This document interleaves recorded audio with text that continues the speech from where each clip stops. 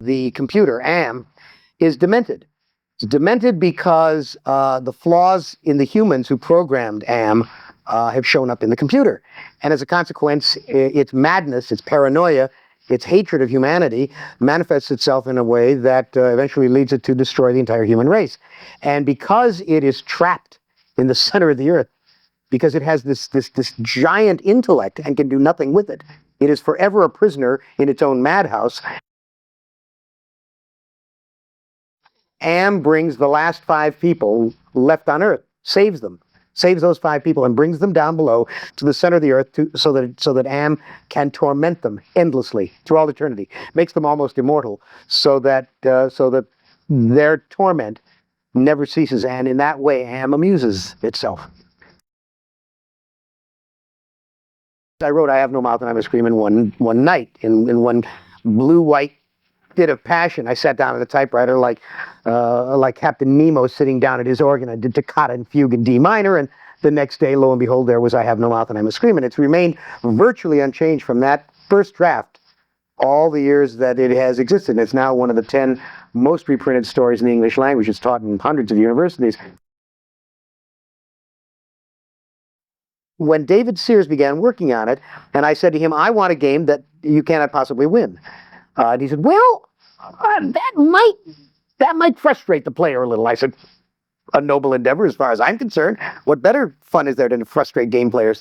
But he said, no, there probably should be a point to it. So the game is very different from the story in that we explore the backstory of all 5 of these characters. That's one of the major differences. I originally said that what I want the game to be is not a shoot 'em up, an arcade kind of thing. What I wanted was a game that taught ethics. That if in fact you could not win this game, at least you could lose better. The more ethically you played, the better choices you made as a human being, the better you could wind up. As it turns out, there is a different ending now. The game has evolved. I wrote the initial dialogue. I wrote the initial scenes. I conceived of many of the smaller things. The word game, bothers me. Games are what you use to while away your time. Games are what divert you from the important things in life. I put things in everything I do that are intended to rattle the cage, stir the soup. People say, "Well, you only write to shock." Duh. Yeah, okay. I mean, that is a noble endeavor, to shock. I mean, there are already enough people in the world who will put you to sleep with their assurances. No, don't worry about it. Don't worry about skinheads. Don't worry about fascism. Don't worry about the Ku Klux Klan. Don't worry about the far right. None of these things really matter. Everything is fine. That is not the way the world runs. I use the trope of the Holocaust frequently in my work.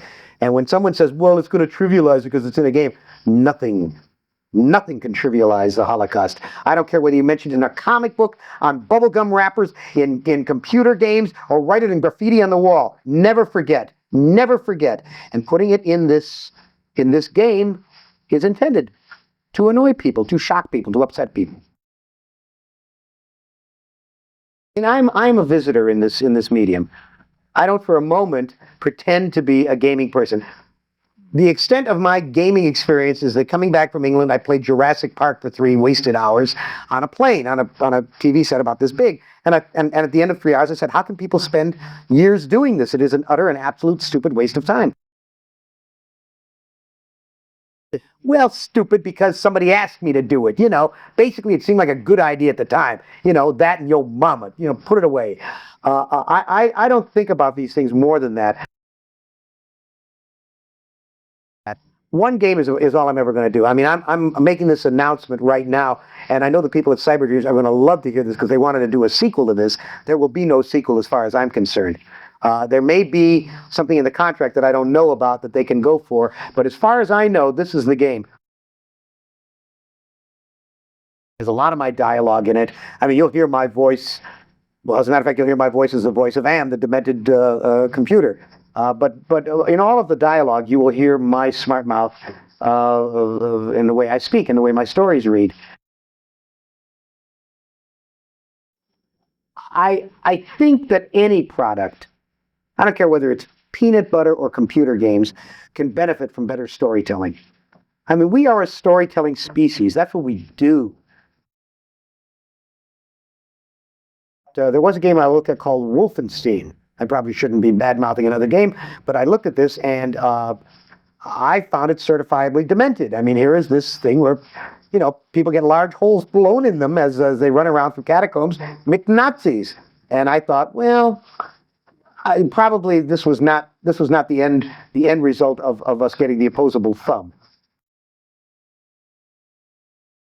Uh, I think people should use the level of technology that best suits the job. Form follows function. If a shovel is going to dig the hole best, then you don't need a backhoe. If a typewriter can do the job, or a quill pen, or a computer, use whatever does the job. For I use these two fingers. I taught myself to type, and I type 120 words a minute with two fingers. And I seldom make mistakes. I put foot-pounds of energy. When I hit the computer, the damn thing doesn't spring back. And so I make nothing but typos. I like to look at a manuscript. I like to look at the shape of an 8.5 by 11 page. It has meaning for me. It has vibrancy. It has light. And my energy is in every one of those keys. Every image that is struck on that page came from me hitting it like that. It is my foot-pounds of energy. My contact with my reader is closer in that way. How the hell do I know? I'm not, I told you I'm not a computer guy. I designed the story. I did the dialogue. I invent all the stuff that's going to get Cyber Dreams in trouble. But I have no idea. The game is intended to keep you at a tilt from the start to the finish. This is the sort of game that Franz Kafka would have either written or enjoyed playing, I think. It is not a game to put you to sleep. It's not Donkey Kong, and it definitely is not the Mario's. Art should always be harder. You should pull it out with some pain. It should cost you something to produce art. Otherwise, it ain't art. It's mediocrity. There's an eerie look to this game.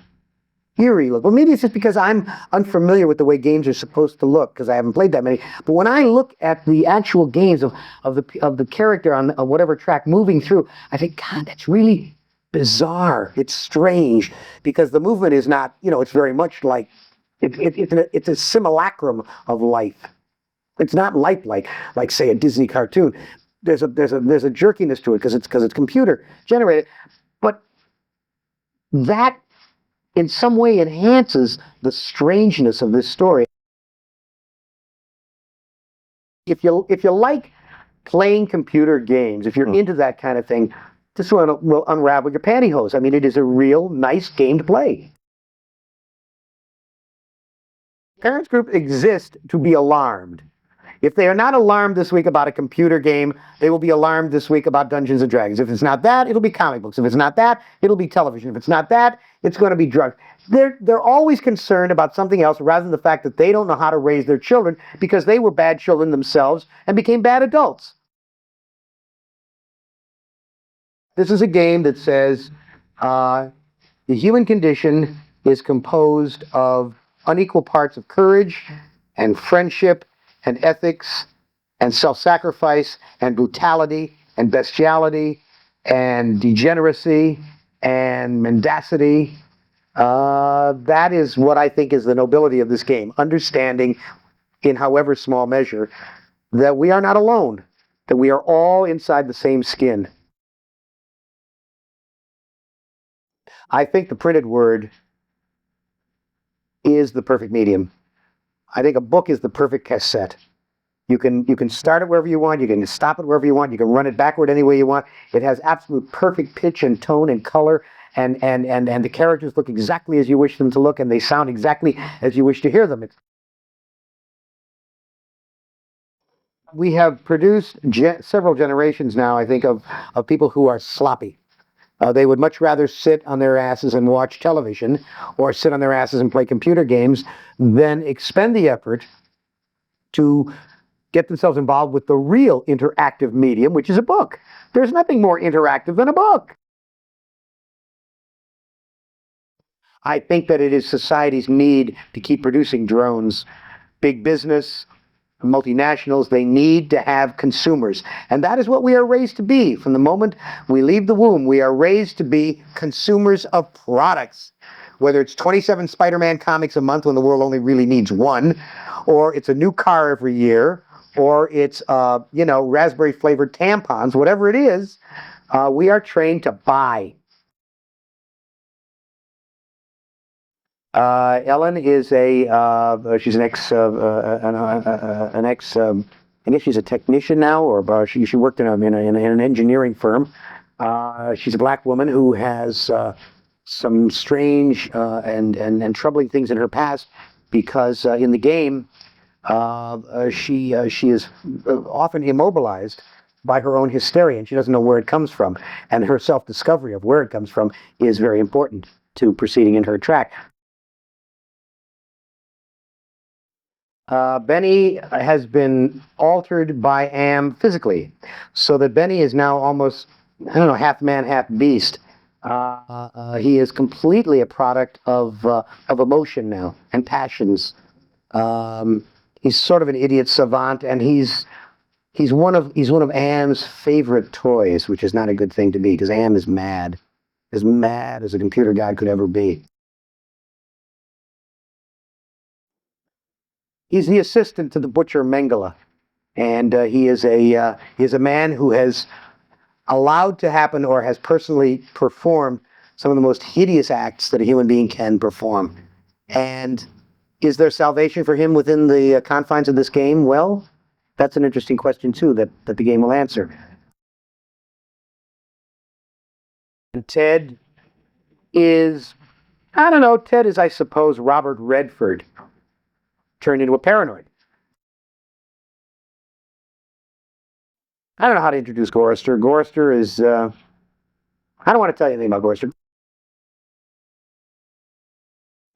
I love it when people say, he's innocent until proven guilty. No, no, no, fool. That's in front of the bar of law. He's innocent until proven guilty in front of the bar of law. But in the real world, if one looks and says, I don't know, quacks like a duck, waddles like a duck, sheds water like a duck, he's probably a duck. I mean, only a fool would say, Furman planted a glove. The reason that they make cheese in Wisconsin is that in the early, the early times when settlers landed there, they played out the wheat fields. They didn't know anything about crop rotation. So after a while, the wheat fields died. So they planted them in grasslands. And when the Swiss and the Scandinavians came over and they settled there, they liked it just fine because they liked tending cows. So they turned the cows out onto the grasslands, and that's why we have cheese in Wisconsin. Whoever invented the idea of putting a baseball cap on backwards? I'm out here driving in the valley last year with my wife, and it's 120 degrees. People are frying eggs on the sidewalk, and here stand two kids at a bus stop with their hats turned backwards, dropping dead of heat prostration, and I drive by and they go, turn the hat around, moron! But they won't. The machine can think. Therefore, it thinks. I think, therefore, I am. But it also stands in the original story for Allied Master Computer. Well, that's horsepucky. You got 2,000 writers writing, predicting everything wildly. It's a scattergun. Eventually, they're going to connect with a few things. Yes, Hugo Gernsback predicted night baseball. Yes, Jules Verne predicted the submarine. But Leonardo da Vinci predicted the parachute and the glider. Thinking about things and coming up with ideas has nothing to do with science fiction. The whole conception of a god is a way of copping out. If you can blame God or bad luck or the breaks or some secret master or conspiracies or aliens, you don't ever have to take responsibility for your own life. It is a game, as I am told by people who have played it and programmers, that it's a game unlike any other game around at the moment, and I guess that's a good thing. It would be my delight if this game set a trend and all of the arcade bang bang games that turn kids into pistol packing papas and mamas were subsumed into games like this, in which ethical considerations and using your brain and unraveling puzzles became the modus operandi. It would be my pleasure if that was it. I don't think it'll happen. I think you like being diverted too much.